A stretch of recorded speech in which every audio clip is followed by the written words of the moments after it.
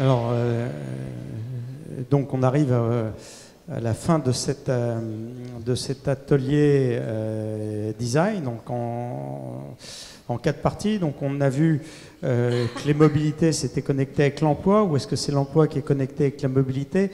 On est dans une réflexion complexe, dialectique, et dont il faut saisir tous les termes. C'est ce qu'on a essayé de faire voilà, pendant ces plus de 4h30 d'échange cet après-midi. Donc il faut avoir la capacité à réagir, à s'emparer, à avoir la prise de risque. Je pense qu'une société qui renonce à la prise de risque, c'est une société qui est en train de mourir. Donc ça, c'est une valeur qu'il faut bien mettre en avant.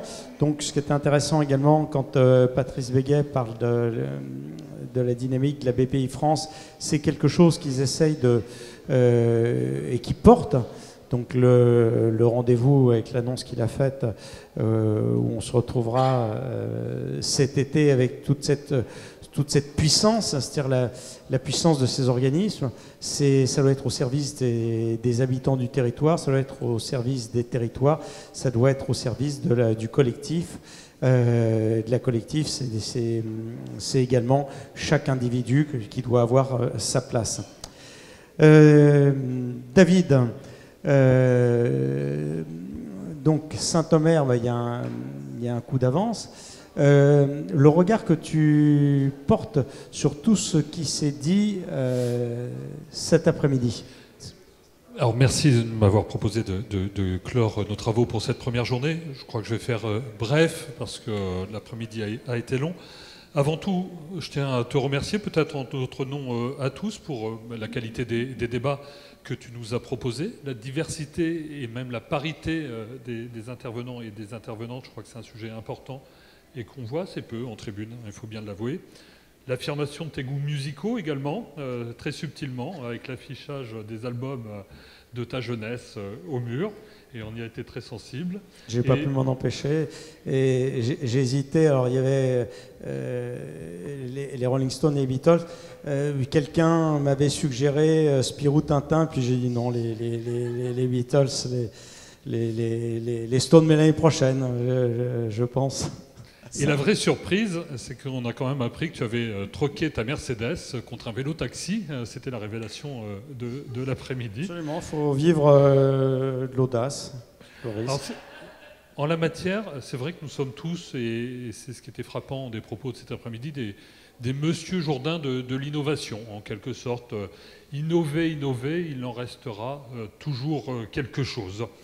Et n'oublions pas que l'innovation, c'est une invention qui a trouvé son public, qui a trouvé son intérêt, qui répond à un besoin, une attente et qui rend service.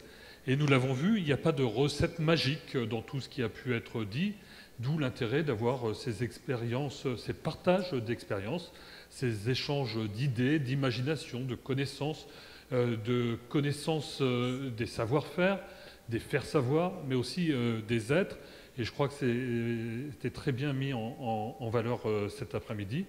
Et c'est bien parce que nous savons les déployer que ça donne naissance à de belles aventures humaines. Alors, notre rencontre est bien la preuve qu'il ne faut pas désespérer de nos territoires. Il n'y a pas d'un côté les grandes villes et de l'autre le désert français.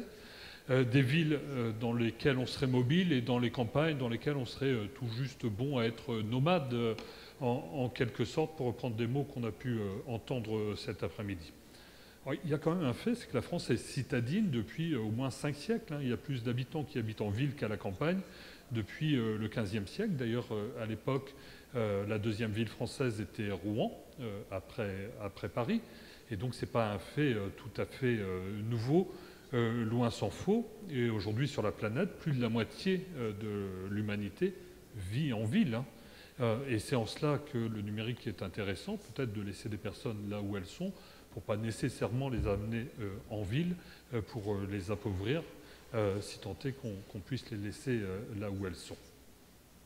Et néanmoins, on est dans un pays qui a certainement commis, je pense, cette erreur dans les années 70, d'avoir une vision de l'aménagement du territoire qui théorisait la capitale et des métropoles régionales. Alors la capitale, on l'a eu, et on a cette ville-monde chère à Pierre Bourdieu. Et c'est vrai que quand vous êtes dans Paris, et que vous prenez le métro, n'importe quelle ligne d'ailleurs, du début à la fin, vous traversez plusieurs pays en 1 heure de trajet. Et donc, effectivement, vous êtes dans cette dynamique, et la table précédente le soulignait fortement, où vous avez des villes-nations qui veulent défendre leurs couleurs et qui d'ailleurs excluent, laissent au banc de la cité, la banlieue c'est même le nom, hein, c'est être au banc de la cité, les personnes qui ne font pas partie de cette ville, au risque, et on le voit bien dans les campagnes municipales à Paris, d'avoir des propos et des actes violents.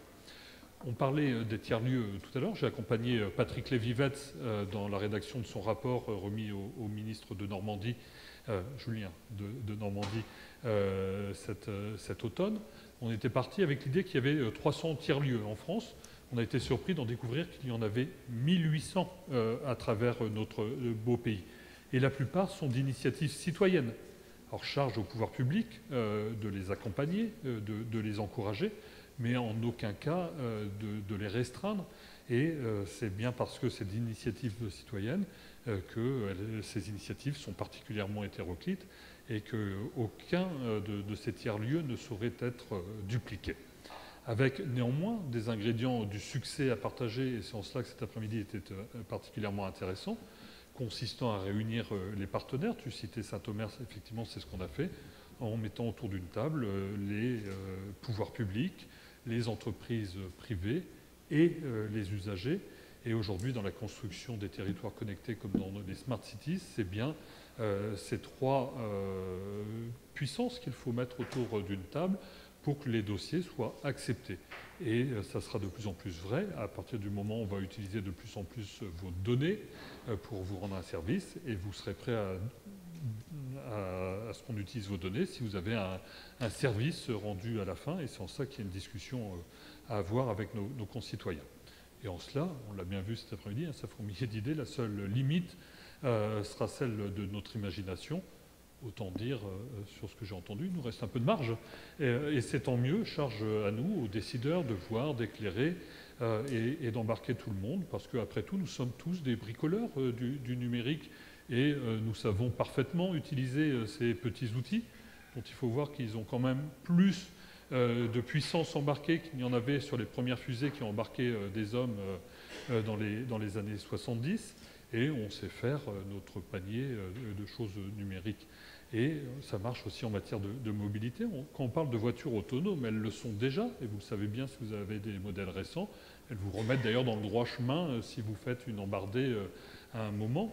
Et donc on est dans cette voie d'automatisation, et il ne faudrait pas s'enfermer et mentir d'ailleurs. Effectivement, demain il n'y aura plus de pilotes dans les avions, me semble-t-il. On en gardera un pour rassurer, est-ce que c'est rassurant d'avoir un être humain? Mais la réalité, c'est qu'il n'y en aura plus, comme il n'y en aura plus dans les trains, et c'était dit à mot couvert d'ailleurs aujourd'hui. Charge à nous d'aller former ces personnes pour renforcer la qualité de service à bord des trains ou à bord des avions, et c'est d'autant plus important à un moment où la concurrence va arriver, y compris sur les voies de chemin de fer, et plus tôt qu'on ne le croyait, puisque visiblement il y a déjà des sociétés qui ont déposé des dossiers pour exploiter des lignes de chemin de fer sur notre territoire. Alors c'est vrai qu'on est dans une formule assez débridée, ça part un peu à tout va. Tout à l'heure j'entendais, on a eu même la réinvention cet après-midi de l'autostop. Quelqu'un disait il faut lever son pouce. Oui, Blablacar, Patrice Béguet en parlait tout à l'heure. Finalement c'est une réinvention plutôt sympathique. Des routiers sont sympas. Vous vivez une expérience sociale au travers d'une voiture. Et pour ceux d'entre vous qui avaient déjà utilisé ce moyen ou qui avaient des enfants qui l'utilisaient, ça nous aurait paru hautement inconcevable il y a encore quelques années d'imaginer de se déplacer ainsi. Et c'est vrai qu'aujourd'hui, quand on va d'un point A à un point B, nous sommes tous dans cette multimodalité. Et la technologie nous permet à un moment de répondre à notre besoin, qui est peut-être d'aller vite, mais au contraire d'avoir un sentiment de plus éco-responsable et donc de ne pas emprunter le même moyen de transport. Et en cela, on est très différent de ce qui se faisait dans les années 70, où à l'époque, c'était quand même plus vite, plus loin, plus fort, ce qui a donné naissance au TGV, au Concorde. Aujourd'hui, on est dans quelque chose de plus holistique, qui prend en compte tout cela. Et on l'a vu, il n'y a pas plus immobile qu'une voiture. Je ne sais plus qui citait le fait que ça restait 23 heures au même endroit. Et donc c'est quand même le plus grand des paradoxes. Si je dois parler de voiture, j'aurais un étonnement quand même. Ce n'était pas celui d'entendre des personnes dire qu'on n'avait pas le choix que de prendre la voiture, notamment dans des territoires. On est près de 80% de personnes qui ont l'obligation de prendre une voiture au moins une fois par jour dans des territoires comme celui du Nord ou même en Normandie. Non, mon étonnement, c'est de voir des personnes qui sont d'ailleurs venues avec leur voiture aujourd'hui nous dire qu'elles savent conduire, qui est quand même la chose la plus difficile, je pense, à faire au quotidien, et qu'elles ne sauraient pas utiliser ces petites bêtes-là. Je pense qu'il ne faut pas se la raconter. Il faut juste se donner du temps pour apprendre, du temps pour être surpris, du temps pour partager. Et je crois que c'est l'ambition et la nécessité qui doit être la nôtre que de permettre peut-être d'accompagner ceux qui n'ont pas eu cette chance à un moment. En cela, je pense, et c'est ce qui est dénoté de cet après-midi, je crois qu'on croit au génie humain et je crois qu'on a toute raison d'être rassurés. Merci à toi, Max, et bonne soirée à tous. Merci, David. Ce qu'on invente ici, collectivement, c'est quelque chose qui est une demande globale du pays, de la société. C'est-à-dire cette capacité à inventer, à intégrer l'innovation à partir du territoire. Dans le premier forum, Edgar Morin est venu et avait tiré notre attention sur le fait que pour survivre, notre société devait réinventer la ruralité. C'était assez visionnaire. 4 ans après cette intervention, l'histoire lui donne raison. Les territoires urbains, sans une intelligence de ce qu'est la ruralité, sont des territoires menacés. Sont des territoires menacés d'asphyxie. Sont des territoires qui ne sont pas capables de se réinventer. La ruralité, c'est le laboratoire, et c'est un petit peu l'ambition qu'on a ici à Normandie Connectée, de réinventer l'innovation, de réinventer la mobilité, de réinventer la solidarité. Et c'est ces caractéristiques qui permettent de se projeter dans l'avenir et de garantir aux jeunes générations qui arrivent qu'elles ont un avenir. Donc ce lieu, effectivement, de rencontre, c'est toute la succession de tables rondes où il y a toujours la puissance publique, des entreprises privées, des citoyens, des usagers, et c'est ça qui constitue la France, et c'est ça qui permet à la France de témoigner au visage du monde qu'on est dans le coup. C'est ce que disait Patrice Buguet, c'est ce qu'on dit tous ensemble.